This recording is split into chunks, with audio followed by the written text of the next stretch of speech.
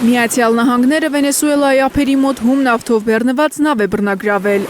Ըստ Սպիտակ տան, տարիներ շարունակ նավթատարը պատժամիջոցների տակ է եղել ահաբեկչական խմբավորումներին նավթ մատակարարելու համար։ Նախագահ Թրամփն արդեն որոշել է նավի ճակատագիրը։ Ինչ է կանելու այդ նավթատարը։ Կարծում եմ մենք նավթը կպահենք։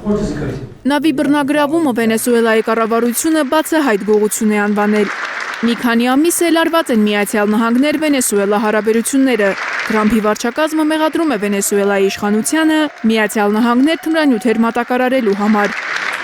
Պաշտոնական Կարակասը չի ընդունում մեղադրանքները։ Վենեսուելայի նախագահը վստահ է, որ Թրամփը նարկոահաբեկչության լուրեր է տարածում իրեն գահընկեց անելու և Վենեսուելան նավթային գաղութ դարձնելու համար։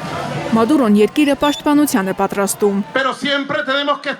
Պետք է միշտ զինվորականի պես լինենք, երկու աչքերը լայն բացած, պատրաստ լինենք անհրաժեշտության դեպքում կոտրել Հյուսիսային Ամերիկայի կայսրության ատամները։ Որոշ փորձագետներ կարծում են, որ Մադուրոն Թրամփից վրեժ լուծելու համար կարող է Վենեսուելայից Միացյալ Նահանգներ գաղթած մարդկանց միջոցով բողոքի ուժգին ցույցեր հրահրել։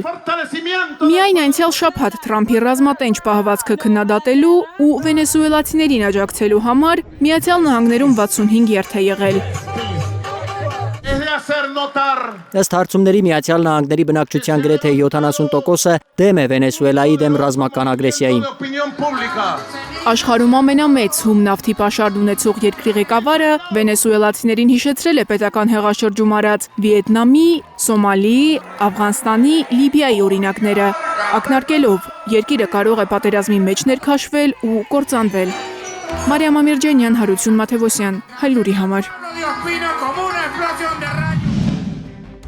Հայաստանում և աշխարհում տեղի ունեցող իրադարձությունների մասին առաջին իմանալու համար բաժանորդագրվեք մեր ալիքին, սեղմեք զանգակը, որ բաց չթողնեք ամենահրատապը, ամենակարևորն ու հետաքրքիրը։